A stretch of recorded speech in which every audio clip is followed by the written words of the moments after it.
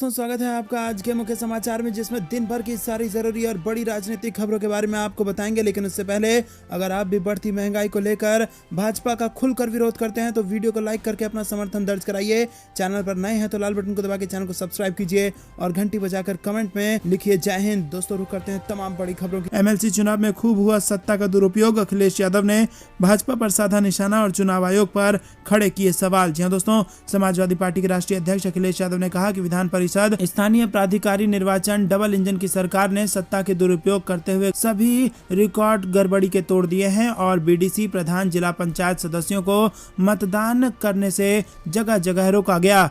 अखिलेश यादव ने शनिवार को जारी एक बयान में कहा कि सत्ता संरक्षित भाजपा के दबंग लोग और सरकारी तंत्र ने बूथ कैप्चरिंग करने और भाजपा प्रत्याशी के पक्ष में वोट देने के लिए मतदाताओं को धमकाने जैसी गंभीर शिकायतें मिली हैं। दोस्तों, रुक करते हैं अगली बड़ी खबर की तरफ। सारे इंस्टीट्यूशन अब आरएसएस के पास चले गए हैं और आपके हमारे हाथ में कुछ नहीं बचा, राहुल गांधी का आरोप। जी हां दोस्तों, कांग्रेस नेता राहुल गांधी ने बीजेपी और आरएसएस पर जोरदार हमला बोला है और उन्होंने कहा कि अब देश के सभी इंस्टीट्यूट आरएसएस के पास चले गए हैं। राहुल गांधी ने कहा कि संविधान के रूप में बी.आर. अम्बेडकर ने जो हथियार दिया था, आज उसका कोई मतलब नहीं है। राहुल गांधी ने कहा कि आप कहते हैं कि कॉन्स्टिट्यूशन की रक्षा करनी है, मैं कहता हूं कॉन्स्टिट्यूशन ही की रक्षा करनी है, मगर कॉन्स्टिट्यूशन को इम्प्लीमेंट कैसे किया जाता है, इंस्टीट्यूशन से किया जाता है। इस समय सारे इंस्टीट्यूशन आरएसएस के हाथ में है, इंस्टीट्यूशन आपके और हमारे हाथ में नहीं है। दोस्तों, रुक करते हैं अगली बड़ी खबर की तरफ। इटावा में अखिलेश यादव के चचेरे भाई को बड़ा आरोप, विधानसभा और पंचायत चुनाव में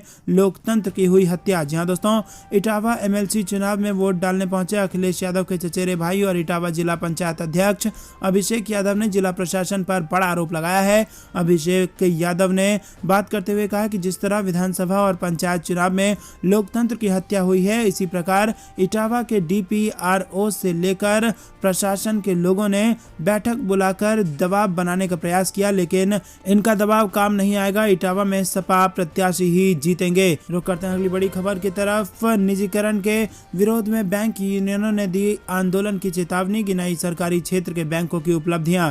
जी हां दोस्तों, सरकारी क्षेत्र के बैंकों के निजीकरण को लेकर बैंक ऑफिसर्स यूनियन में उबाल है। यूनियन बड़े पैमाने पर आंदोलन की तैयारी में है। Akhil Bharatiya bank officers association के सलाहकार और बैंक ऑफ इंडिया अधिकारी महासंघ के महासचिव सुनील कुमार ने रांची प्रवास के दौरान बैंकों के निजीकरण को लेकर अपना विरोध दर्ज कराया। पत्रकारों से बात करते हुए उन्होंने कहा कि निजीकरण से बैंकों और आम लोगों को काफी नुकसान होगा।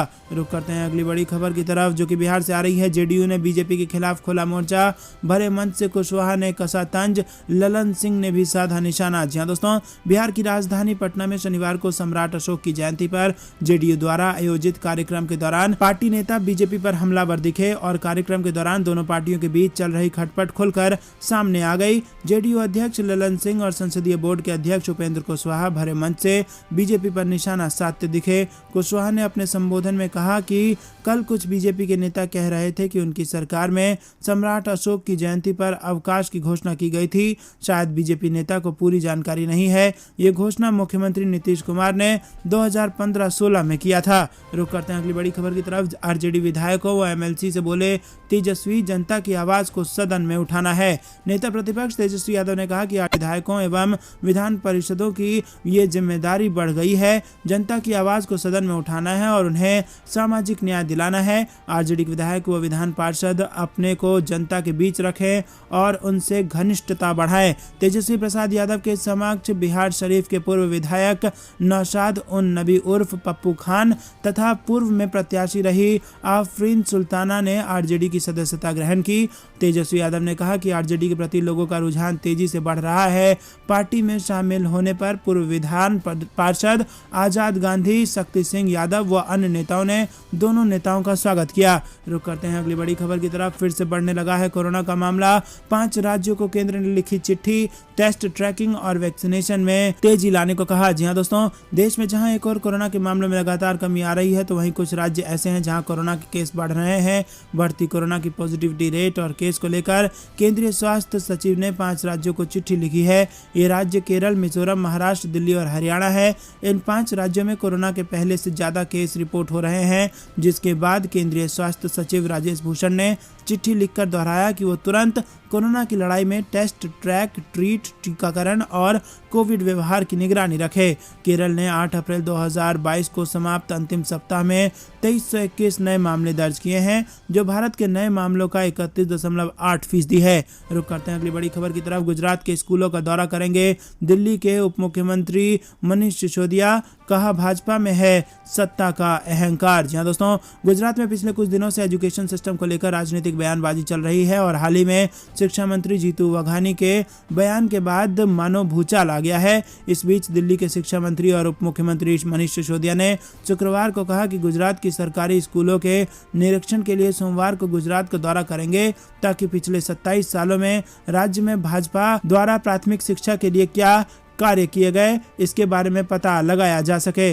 रुक अगली बड़ी खबर की तरफ। कोविशील्ड और कोवैक्सीन 225 रुपए में मिलेगी। बूस्टर डोज वैक्सीनेशन के पहले किया गया ये बड़ा ऐलान। कोविशील्ड वैक्सीन की बूस्टर डोज के लिए लोगों को 600 रुपए और टैक्स नहीं चुकाना होगा। सीरम इंस्टीट्यूट ऑफ इंडिया के CEO आधार पूनावाला ने शनिवार को ऐलान किया कि वो 225 रुपए की किफायती कीमत पर यह टीका प्राइवेट अस्पतालों को देंगे। 18 साल से अधिक उम्र के सभी लोगों के लिए बूस्टर डोज की वैक्सीनेशन शुरू होने के एक दिन पहले ये राहत पूनावाला की ओर से दी गई है। दरअसल बूस्टर डोज के लिए सरकार ने प्राइवेट वैक्सीनेशन सेंटर को ही अधिकृत कर रखा है। ऐसे में इस कीमत को लेकर सवाल उठ रहे हैं कि क्या आम नागरिक ये बूस्टर डोज के लिए जाएंगे। केंद्र सरकार ने शनिवार को घोषणा की थी कि अब 18 साल से अधिक उम्र के लोगों को प्रिकॉशन डोज दी जा सकेगी। रुक करते हैं अगली बड़ी खबर की तरफ। अपने ही बयान में फंस गए केंद्रीय मंत्री गजेंद्र सिंह शेखावत। PCC चीफ गोविंद सिंह डोटासरा ने दी संन्यास लेने की सलाह। जी हाँ दोस्तों, आपको बता दें कि राजस्थान प्रदेश कांग्रेस अध्यक्ष गोविंद सिंह डोटासरा ने केंद्रीय मंत्री गजेंद्र सिंह शेखावत पर निशाना साधा है। डोटासरा ने कांग्रेस की ओर से पोस्ट किया वीडियो रिट्वीट कर लिखा कि रघुकुल रीत सदा चली आई, प्राण जाए पर वचन न जाए। डोटासरा ने इसके आगे लिखा कि इन पंक्तियों को मानते हुए गजेंद्र सिंह शेखावत अपना वचन निभाएं और राजनीति से संन्यास ले लें। दरअसल शुक्रवार को केंद्रीय मंत्री शेखावत ने कहा कि PM मोदी ने ईस्टर्न राजस्थान कैनाल प्रोजेक्ट को राष्ट्रीय परियोजना घोषित करने का वादा नहीं किया, जिसके बाद राजस्थान प्रदेश कांग्रेस कमेटी ने एक पोस्ट किया जिसमें PM मोदी के ERCP प्रोजेक्ट को लेकर दिए गए बयान की क्लिपिंग जारी की गई, जिसके बाद से ही PCC चीफ गोविंद सिंह डोटासरा केंद्रीय मंत्री पर लगातार हमला बोल रहे हैं। रुक करते हैं अगली बड़ी खबर। 300 करोड़ की रिश्वत का मामला। सत्यपाल मलिक बोले PM ने किया था उनका समर्थन। जी दोस्तों, जम्मू और कश्मीर में 300 करोड़ की रिश्वत की पेशकश का दावा करने वाले मेघालय के राज्यपाल सत्यपाल मलिक ने प्रधानमंत्री मोदी की तारीफ की है। उन्होंने कहा कि PM मोदी ने उनका समर्थन किया था। कुछ समय पहले ही मलिक ने आरोप लगाए थे कि जम्मू और कश्मीर का राज्यपाल होने के दौरान उन्हें रिश्वत देने की कोशिश की गई थी। इसके बाद मामले में CBI ने बीते महीने जांच शुरू कर दी है। रुक करते हैं अगली बड़ी खबर की तरफ। चुनाव से पहले गुजरात में बैकफुट पर आई भाजपा। एक सप्ते में 2 बार फैसला बदलने की तैयारी। जी दोस्तों, आपको बता दें कि गुजरात सरकार आवारा पशुओं को लेकर उस विधेयक को वापस ले सकती है जिसमें शहरी इलाकों में पशुपालन के लिए लाइसेंस को जरूरी करार देने की बात थी, और इस विधेयक का गुजरात मलधारी समुदायों ने विरोध किया था जो आमतौर पर पशुपालन करते हैं। गुजरात भाजपा के अध्यक्ष ने कहा कि इस विधेयक को वापस भी लिया जा सकता है। इससे पहले 29 मार्च को पाटिल ने परितापी नर्मदा इंटरलिंकिंग प्रोजेक्ट को भी वापस लेने की बात कही थी, और इस प्रोजेक्ट का आदिवासी समुदायों की ओर से विरोध किया जा रहा था। उनका कहना था कि इसके चलते उन्हें अपनी जमीन खोनी पड़ सकती है। CR पाटिल के ऐलान के बाद विधानसभा में भी इस बारे में आधिकारिक तौर पर घोषणा की गई थी। रुक करते हैं अगली बड़ी खबर की तरफ। ईंधन के बढ़ते दामों पर अखिलेश यादव ने उठाए सवाल। बोले अगर सब बाजार पर निर्भर है तो भंग कर दे मंत्रालय। जी हाँ दोस्तों, ईंधन के बढ़ते दामों को लेकर समाजवादी पार्टी के अध्यक्ष अखिलेश यादव ने केंद्र सरकार पर जमकर निशाना साधा है।